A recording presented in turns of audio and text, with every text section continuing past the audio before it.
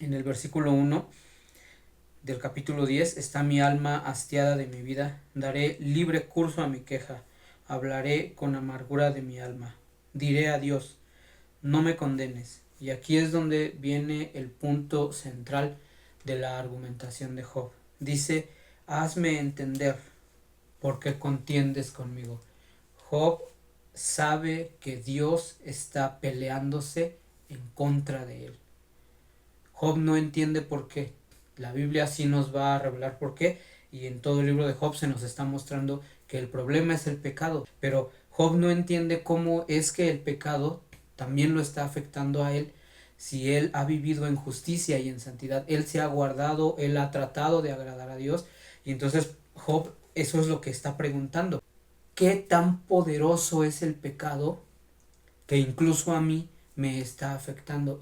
Esta expresión, por cierto, hazme entender, es una de las más hermosas que hay en las escrituras y se va a repetir en el libro de los Salmos innumerables veces. Hazme entender.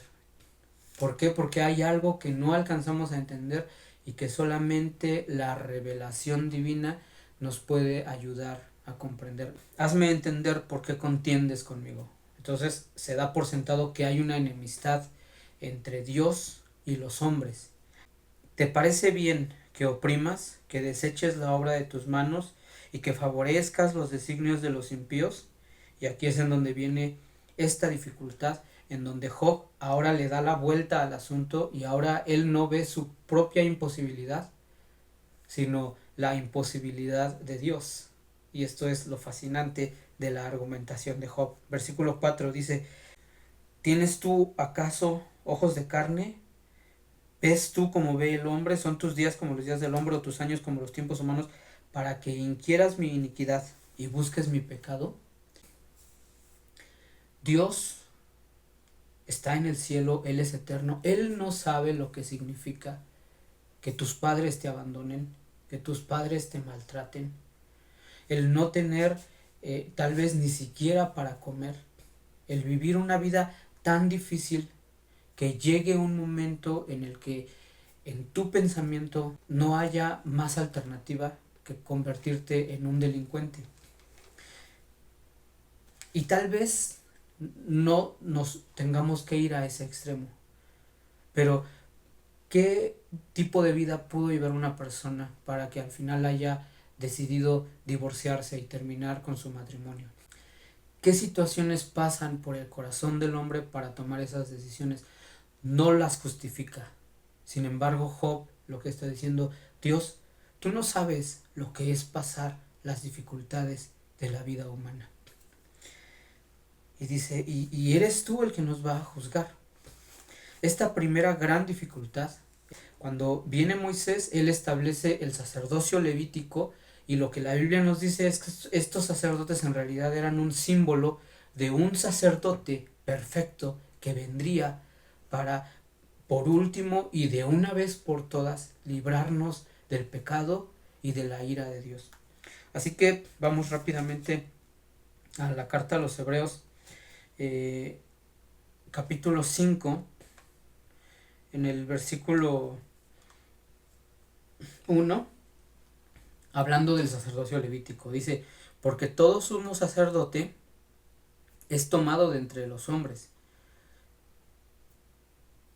es constituido a favor de los hombres en lo que se refiere a Dios, para que presente ofrendas y sacrificios por los pecados, para que se muestre paciente con los ignorantes y extraviados, puesto que él también está rodeado de debilidad.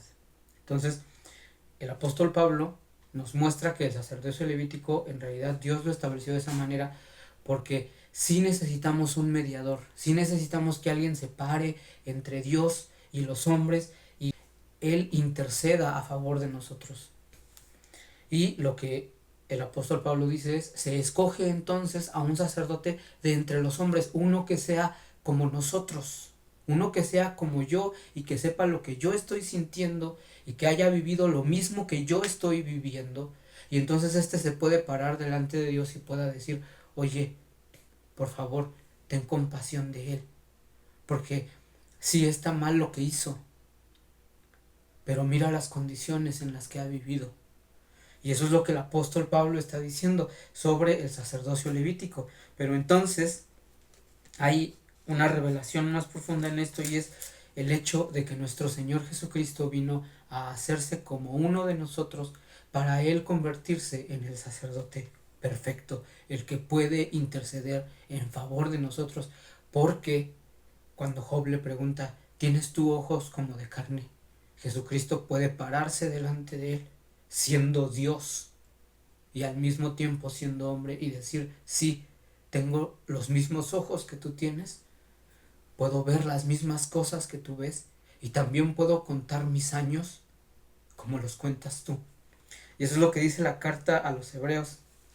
En el capítulo 2, versículo 14 dice, así que, por cuanto los hijos participaron de carne y sangre, él también participó de lo mismo, para destruir por medio de la muerte al que tenía el imperio de la muerte, esto es, al diablo. Versículo 16, porque ciertamente no socorrió a los ángeles, sino que socorrió a la descendencia de Abraham, por lo cual debía ser en todo semejante a sus hermanos, para venir a ser misericordioso y fiel sumo sacerdote en lo que a Dios se refiere, para expiar los pecados del pueblo, pues en cuanto él mismo padeció siendo tentado, es poderoso para socorrer a los que son tentados.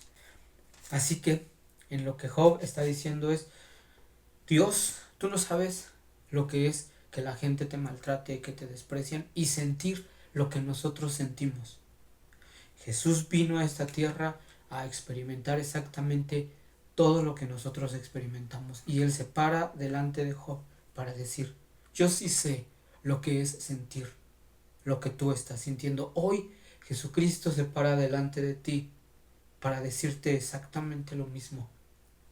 Yo sí sé lo que es sentir eso que tú estás sintiendo, y sentir esa impotencia, y sentirte culpable, y sentir el peso de la vergüenza, y sentirte rechazado, rechazada, y sentirte solo, sentirte sola, sentir ansiedad, sentir preocupación. Yo sí sé lo que es experimentar eso. Y por eso Él es el que nos puede ayudar, es lo que dice, Él es el sacerdote perfecto, y dice, es poderoso para socorrer a los que son tentados. Él tiene el poder para ayudarnos. En Hebreos capítulo 4, versículo 14 dice, por tanto, teniendo un gran sumo sacerdote que traspasó los cielos, Jesús, el Hijo de Dios, retengamos nuestra profesión, porque no tenemos un sumo sacerdote que no pueda compadecerse de nuestras debilidades, sino uno que fue tentado en todo según nuestra semejanza, pero sin pecado. Él sí sabe lo que es estar debajo de la piel humana, porque Él se hizo como uno de nosotros. Versículo 8, y comienza con la segunda parte de esta queja con respecto a esta enemistad que hay entre Dios y los hombres. Tus manos me hicieron y me formaron, y luego te vuelves y me deshaces. Acuérdate que como a barro me diste forma, y en polvo me has de volver. No me vaciaste como leche, y como queso me cuajaste. Me vestiste de piel y carne, y me tejiste con huesos y nervios. Y aquí es en donde viene esta expresión que en realidad es hermosa, y que muestra cómo es que Dios nos hizo. Cuando Dios forma a un hombre, cuando una nueva persona va a venir a esta tierra, ¿qué es lo que Dios hace? El versículo 12 nos muestra lo que hay en el corazón de Dios. Vida y misericordia me concediste, y tu cuidado guardó mi espíritu. Estas cosas tienes guardadas en tu corazón, y sé que están cerca de ti. Job sabe que cuando una persona nueva viene a esta tierra, un bebé, Dios hace todo esto que está registrado del versículo 8 al versículo 11, pero hay algo más. Dios lo hace todo esto con amor y con cuidado. Es lo que dice el versículo 12. Vida y misericordia me concediste, y tu cuidado guardó mi espíritu. Él hace todo esto con mucho cuidado, con mucho amor, y Él es el que nos da la vida. Y entonces viene la pregunta, ¿por qué me hiciste con tanto amor y con tanto cuidado, si después me vas a tratar como me vas a tratar. Versículo 14, si pequé, tú me has observado y no me tendrás por limpio de mi iniquidad. Si fuere malo, ay de mí. Si fuere justo, no levantaré mi cabeza, estando hastiado de deshonra y de verme afligido. Si mi cabeza se alzare, cual león, tú me cazas y vuelves a hacer en mí maravillas, renuevas contra mí tus pruebas y aumentas conmigo tu furor como tropas de relevo. ¿Por qué me sacaste de la matriz?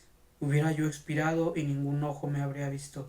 Fuera como si nunca hubiera existido, llevado del vientre a la sepultura. No son pocos mis días. Cesa pues y déjame para que me consuele un poco antes que vaya, para no volver a la tierra de tinieblas y de sombra de muerte, tierra de oscuridad lóbrega, como sombra de muerte y sin orden, y cuya luz es como densas tinieblas. Esta segunda expresión va a ser retomada también en el libro de los Salmos, en el Salmo 139, para referirse una vez más a la forma en cómo Dios nos ha creado. Salmo 139, versículo 13 hasta el versículo 18. Porque tú formaste mis entrañas, tú me hiciste en el vientre de mi madre, te alabaré porque formidables, maravillosas son tus obras, estoy maravillado, y mi alma lo sabe muy bien. No fue encubierto de ti mi cuerpo, bien que en oculto fui formado y entretejido en lo más profundo de la tierra. Mi embrión vieron tus ojos y en tu libro estaban escritas todas aquellas cosas que fueron luego formadas, sin faltar una de ellas. Cuán preciosos me son, oh Dios, tus pensamientos, cuán grande es la suma de ellos. Si los enumero se multiplican más que la arena, despierto y aún estoy contigo. Esta oración muy probablemente es retomada de la oración de Job, en donde Job expresa primero esta queja: no entiendo por qué tú me hiciste con tanto amor, si después ibas a traer sobre mí el castigo de toda esta maldad, que yo no sé por qué viene sobre mí si no he actuado de manera incorrecta. Job en su oración, al principio de esta queja, dice: hazme entender por qué contiendes conmigo. En lo que el rey David expresa aquí en el Salmo 139 es justamente ese entendimiento, y es lo que dice el versículo 14: te alabaré porque formidables, maravillosas son tus obras, estoy maravillado. Él se refiere a la formación de un embrión, a la formación de mi vida. Cada uno en la formación de su vida debe tener esto en claro: Dios hizo una obra formidable y maravillosa. Pero luego en el versículo 17 dice: cuán preciosos me son, oh Dios, tus pensamientos, cuán grande es la suma de ellos. Si los enumero se multiplican más que la arena del mar, despierto y aún estoy contigo. Entonces dice: cuán preciosos me son tus pensamientos, cuán grande es la suma de ellos. O sea, cuando Dios nos formó, Él tenía algo en mente. Él tiene un pensamiento acerca de tu vida. Así que tu vida tiene un propósito. Job, cuando él se queja y él canta en esta canción esta queja en contra de Dios: no entiendo por qué lo estás haciendo. El rey David lo entiende, y lo único que acierta en decir es: qué preciosa es la forma en la que tú estás pensando, aquel camino que tú has trazado para mi vida, que está en tu mente y en tu corazón. Es algo precioso. Y en esto que él acierta a decir, al final él escribe: cuando despierto, estoy contigo. Él nos formó para que estemos con él. Y esta es la oración de Job. Este es el final de su queja en este primer ciclo de cantos.